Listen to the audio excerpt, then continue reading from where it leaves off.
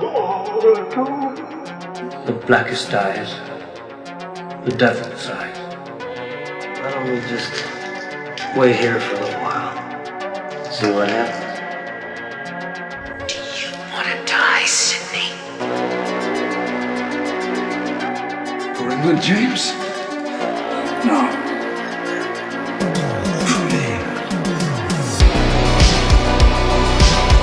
We all go a little mad sometimes. Fill your hand, you son of a bitch! Look what you did to him!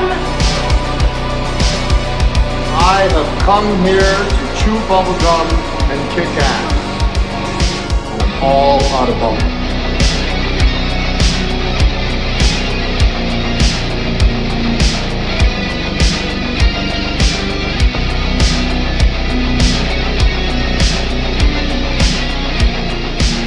As you can see, I'm not here.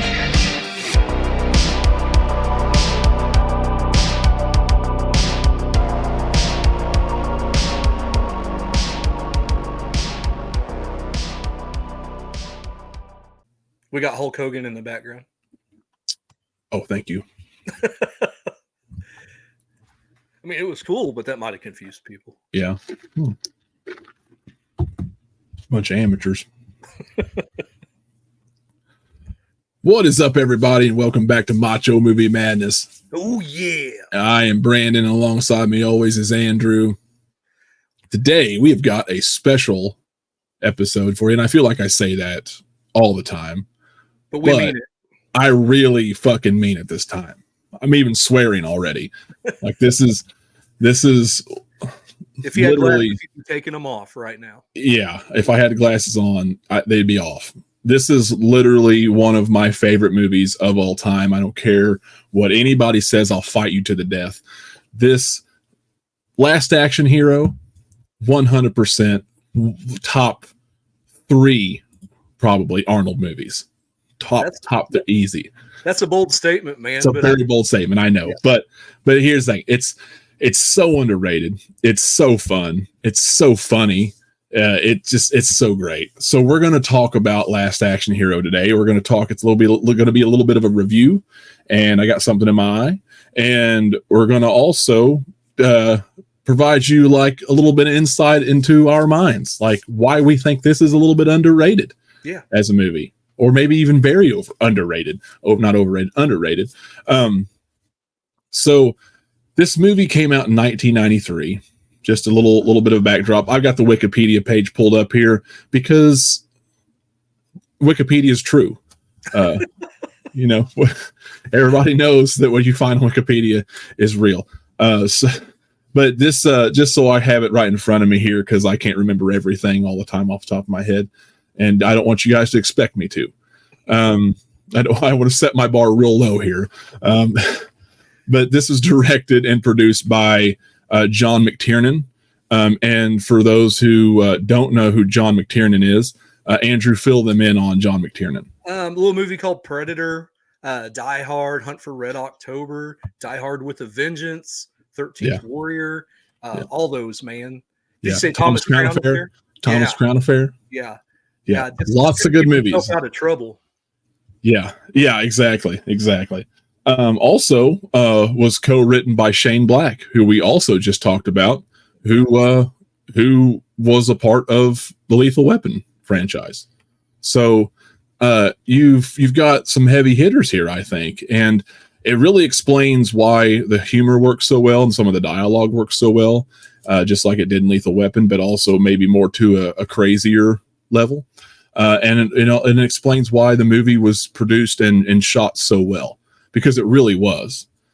Now there's been a lot of, I won't say controversy, just I don't even know if it's diverse. There's a lot of critics over the years, from the time it came out to really just recently, before it kind of the tide kind of shifted. Really a lot of negatives about this movie. And honestly, I never understood it.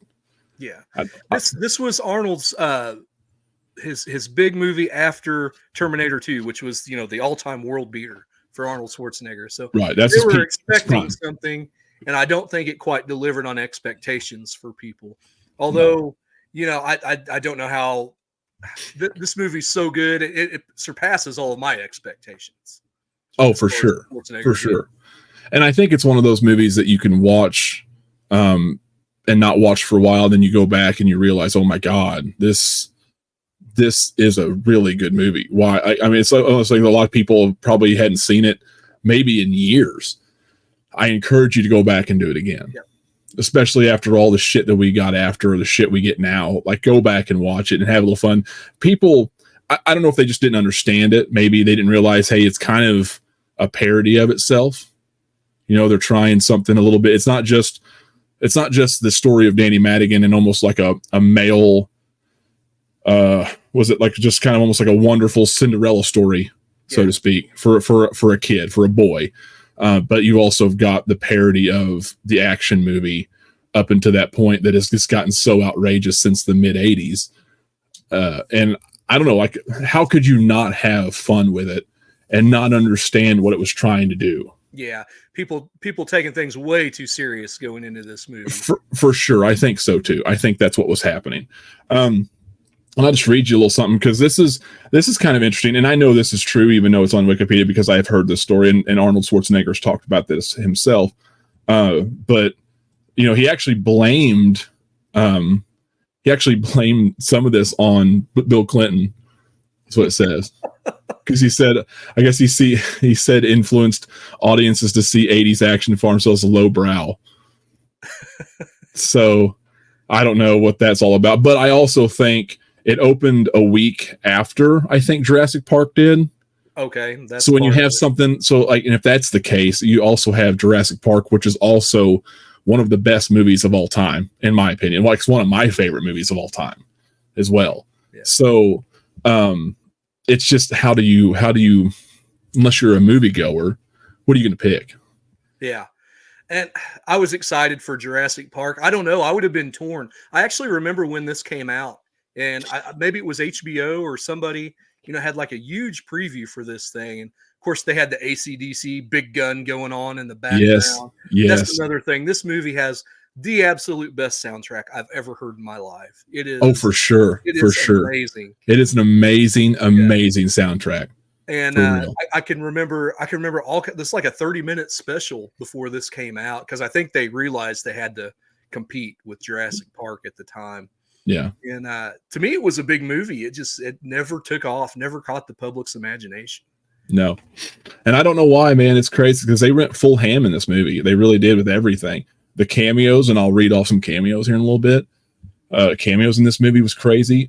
So interesting enough about this movie, though, even though so this actually put Arnold in a really big state of depression for a little bit, because he hit that peak, like we talked about with Terminator 2, and then this came out and failed to meet expectations. So it got him down. And, he said he was plowing along, but he just, it was embarrassing. It hurt his feelings that it just didn't do well. Wow. Which is interesting, because that's something that Arnold's so up all the time. He's so up. Yeah, he was so up all the time. And James Cameron said that he had called Schwarzenegger the weekend after Last Action Hero opened, and recalled that it was the only time that he's ever heard him down. Huh. So I think True Lies is kind of what helped him get back. Yeah. Which, another one of my favorite movies, and that's also top 5 for me, top 4 probably for me. We need to have a personal versus with Brandon between these two movies. Yeah. You want to see me go insane? I'll eat a gun right on YouTube. No.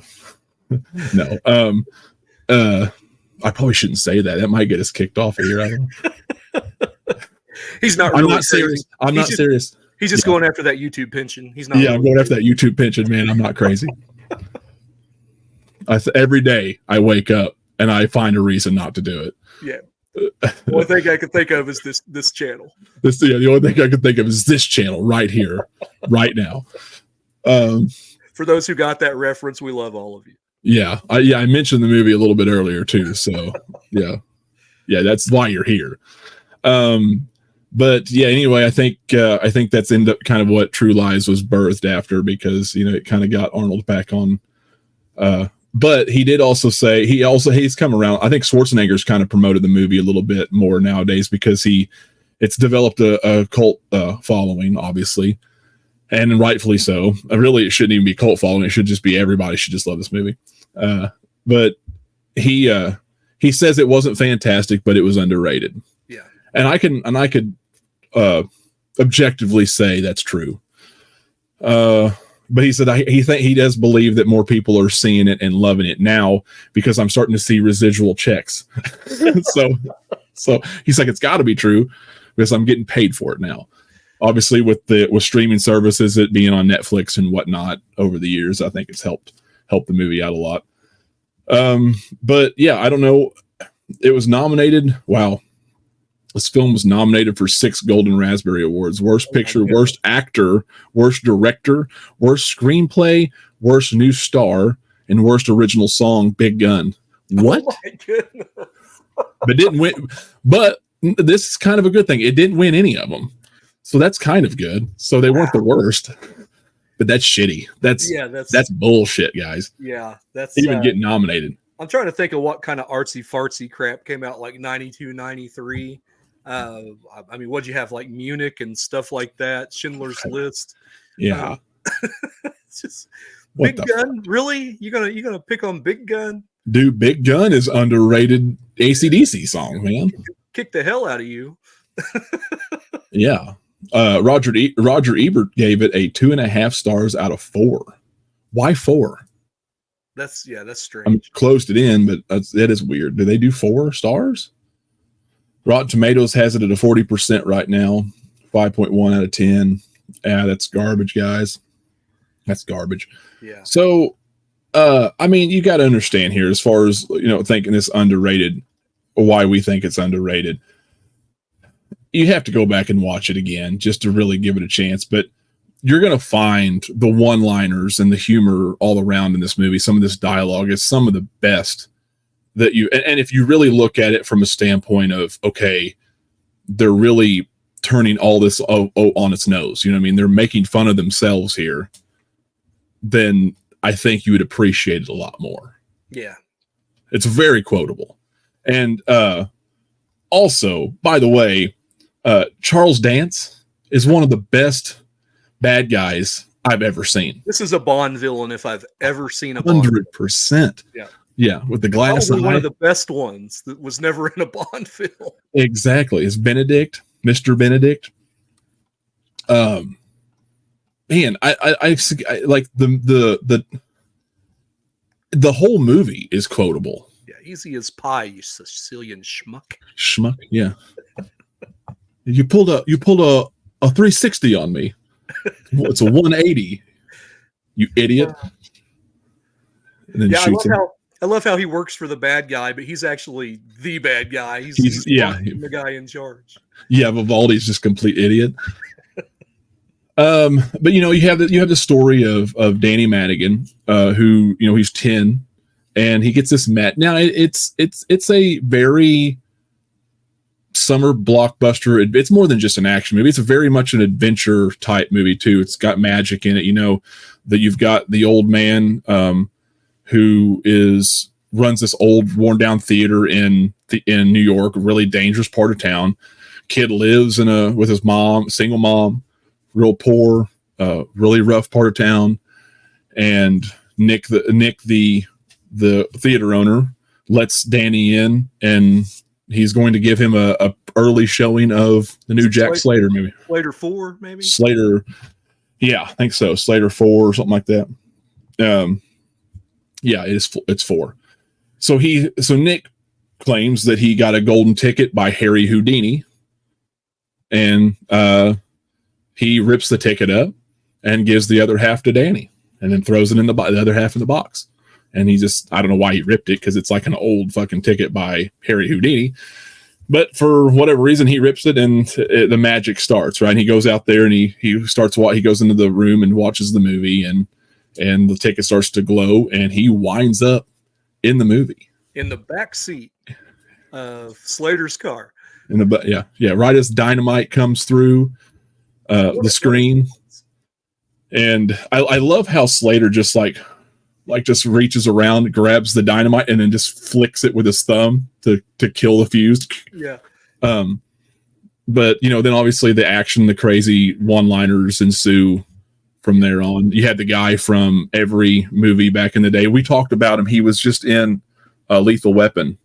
Are you talking about Al Long? Al Long, the Asian guy. With the Fu Manchu, or the Wasn't he the guy in the back of the truck? Yeah. I'm pretty sure wasn't he one of them? Because he's in every movie as the evil Asian guy. Yeah, that's the henchman. Yeah, that whole sequence would have been like a big ending sequence for any other movie. It's fantastic. Oh, for sure. I love how they're just talking and trucks are going airborne behind them.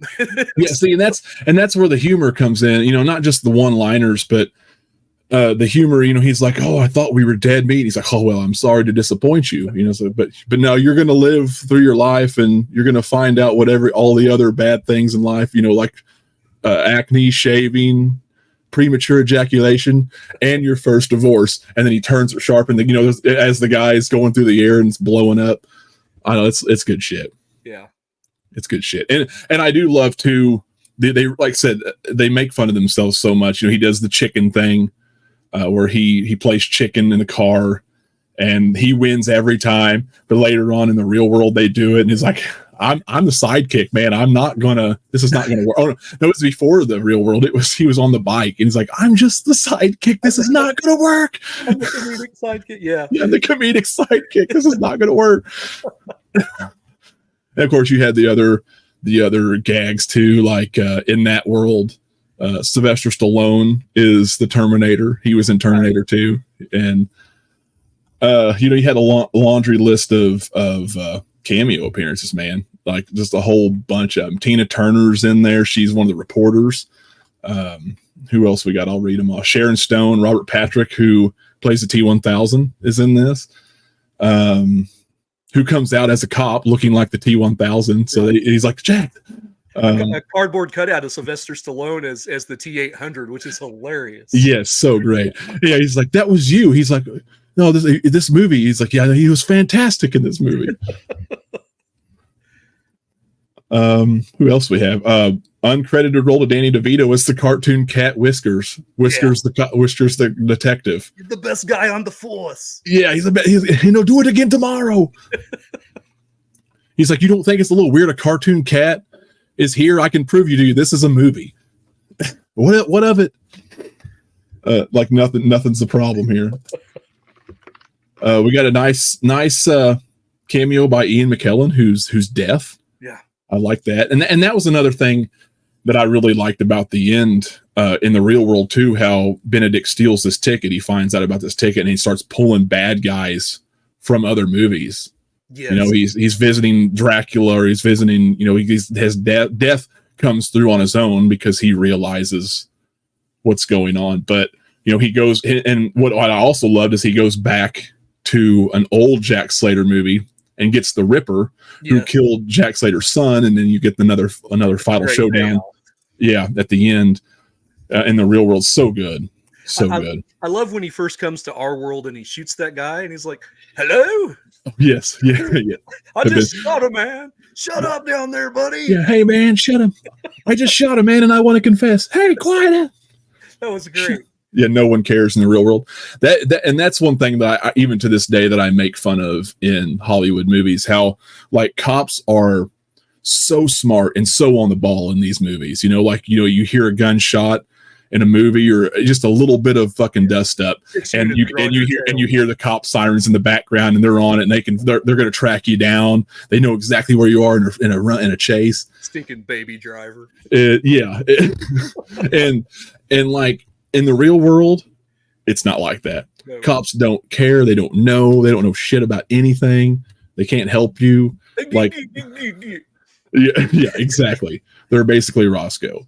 So, that's one thing that I actually really appreciated about that scene as well, because you get to the real New York City and the guy's like, dude, shut the hell up.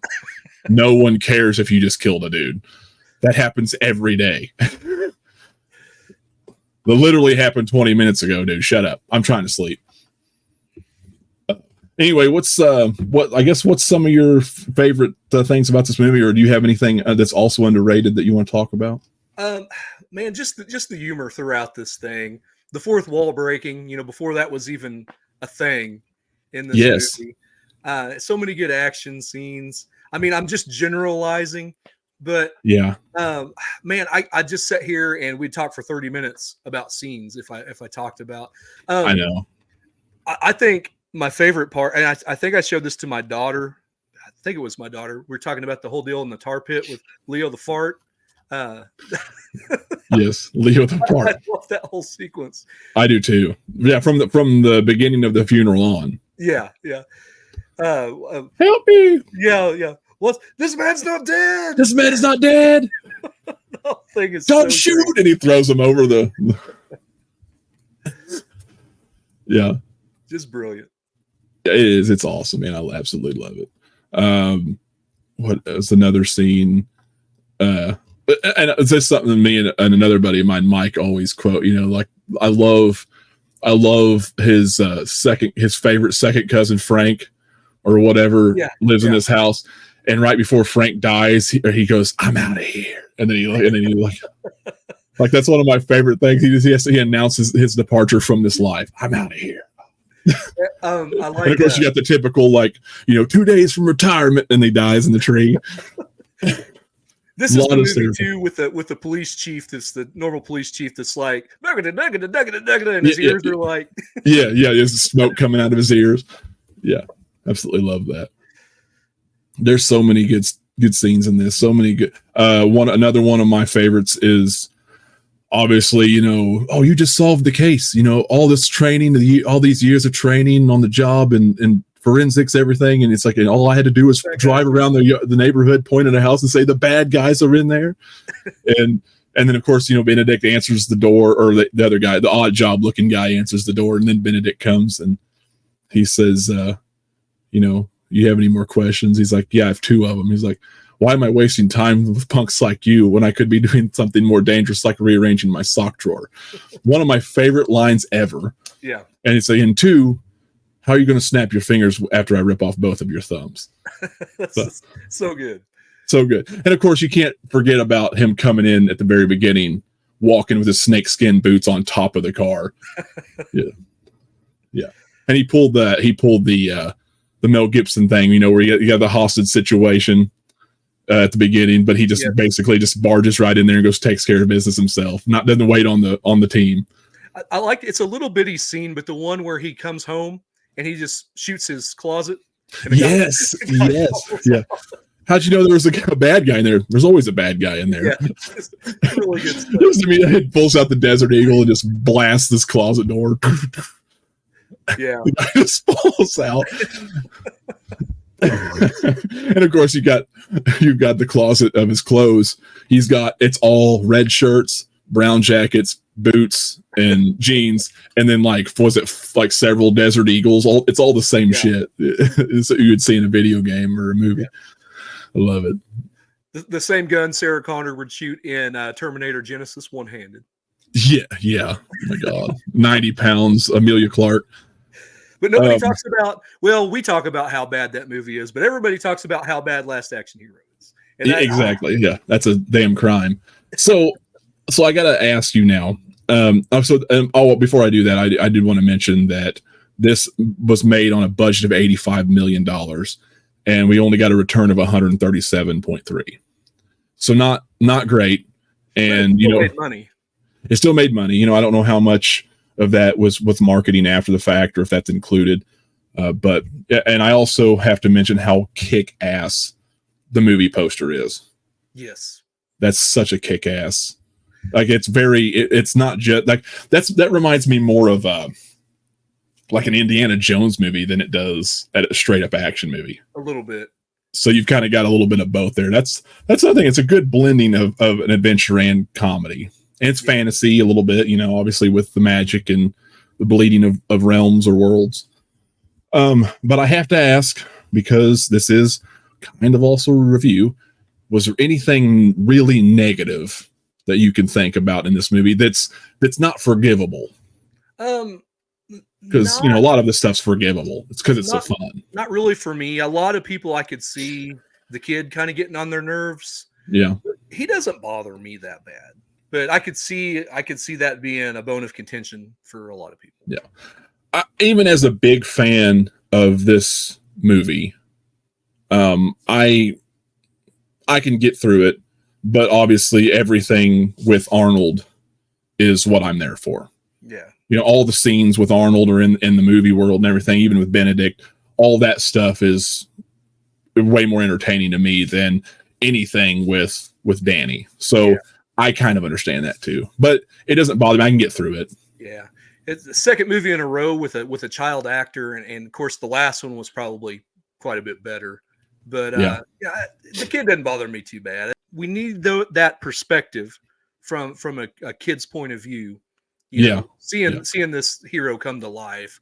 Yeah. And so I don't know who else you would have got at the time. Well, and I think that's one thing, you know, you kind of, it's still kind of the buddy cop thing, you know, but it's the unlikely partner scenario, which I like and you like. It just comes at the expense of this kid.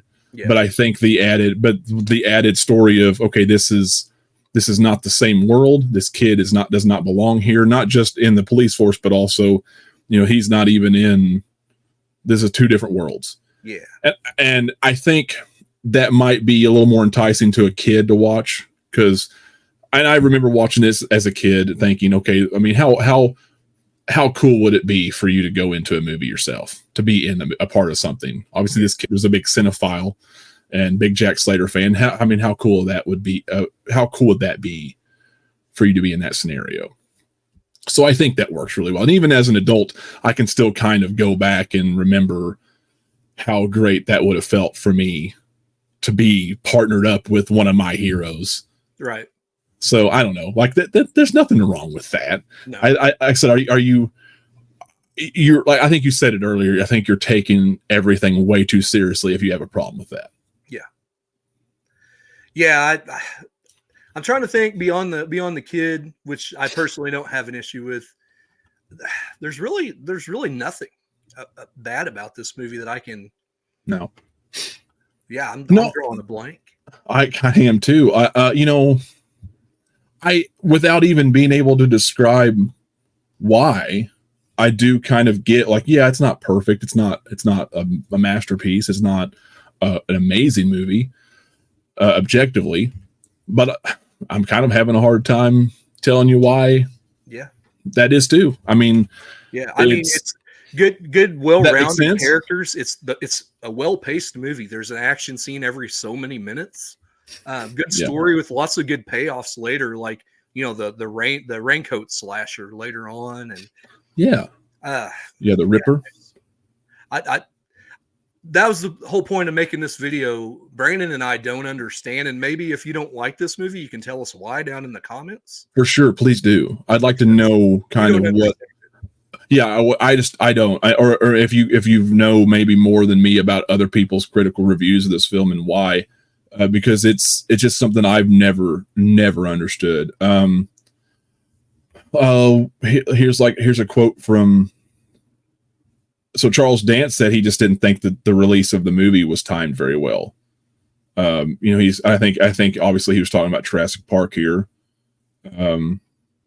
Obviously he said Arnold was a very smart man and very funny and very aware. So Shane Black was actually very critical of the movie, saying that it was a mess. He said there was a movie in there struggling to emerge, which would have pleased me, but what they made was just a jarring, random collection of scenes. And honestly, I disagree with that. Yeah. Well, everything makes sense. Yeah, it was over the top. But I think the way they shot the film, you had some of those scenes that had that quick zoom, and it did, or maybe the quick pan out. I think there was, I think it was just to kind of, what's the word? Exaggerate the fact that we're in a different world. Yeah, because everything in the real world was very real, very grounded, and everything in the movie world was quick and weird or different and exaggerated. And I think that they did a good job at differentiating those two. Yeah, good contrast there as far as pulling off these scenes. So and you know, everything was real dark and gritty and gross. Obviously, it's New York, not hard to do. But you know, and LA's probably still not that great in real life, but you definitely get that contrast there. Everything in the movie world was so perfect. And they even mentioned it. Danny's like, come on, everybody in this area is way too good looking for this not to be a movie. Yeah. Like the clerk behind the video store counter is a hot chick, and he's like, you're right. I need to ask for her number. But yeah, everybody was just way too good looking, he said. So he's like, this is obviously a movie. But then that's another thing too. It's just, they're very aware of what they were doing. It's very smart. So I don't know, Shane, I don't know what his movie looked like compared to what it became, but I'm kind of curious to see what that might have been or hear what that might have been. But I thought it worked out perfectly fine for what it was. I'd say they probably tampered with his script and he's upset about it, is what it sounds like to me. Which happens a lot. So I can maybe understand that. Maybe it became after releasing Lethal Weapon and it working, obviously something like that, you probably wouldn't want it to be too messed with, but I don't know, man. Everybody's got to let us know, because this is crazy underrated to me. Yeah. What would you rate it? Well, I know you go out of 10. I usually go out of 5. Dude, this is straight up 4 out of 5 for me. Yeah. 100%. I don't even know. Nothing's perfect. So you obviously can't rate it to 5. It might even kind of clip the in between of 4.5, like 4 and 4.5. I mean, it's right up there, man. Like I said, it's top 3. It's just it's so fun. It's so fun. I'd say 4. I'm somewhere between a 3 3/4 and 4, maybe like 3.8, 3.9, somewhere out of, if I had to go out of 5. Yeah, it's really good. It's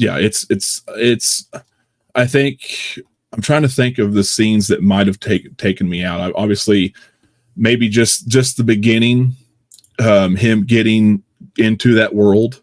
Yeah. Obviously, you just have to get through all that setup, which is it's not even a bad setup. Obviously, you have to establish Danny as a character, who he is, why he's from a troubled life.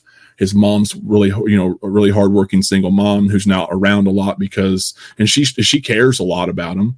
Yeah. But he's a kid with no guidance, and he's just worried about seeing movies all the time, and that's where his world is. Yeah. And he shows up late for class, but I don't know. I think the setup's really well done. It's just not as entertaining as once you get into that movie world, it is just like balls to the wall. Yeah. Fun. So I don't know. Even his little daydream in class, they were learning about Hamlet in class. His dream about Arnold Schwarzenegger being Hamlet is hilarious. He's like, who says I'm fair? And he's got a Uzi. No. Perfect, man. Perfect movie. So yeah, guys, you have to let us know in the comments below what you think of this movie and why you might think it's overrated or underrated, or why other people might.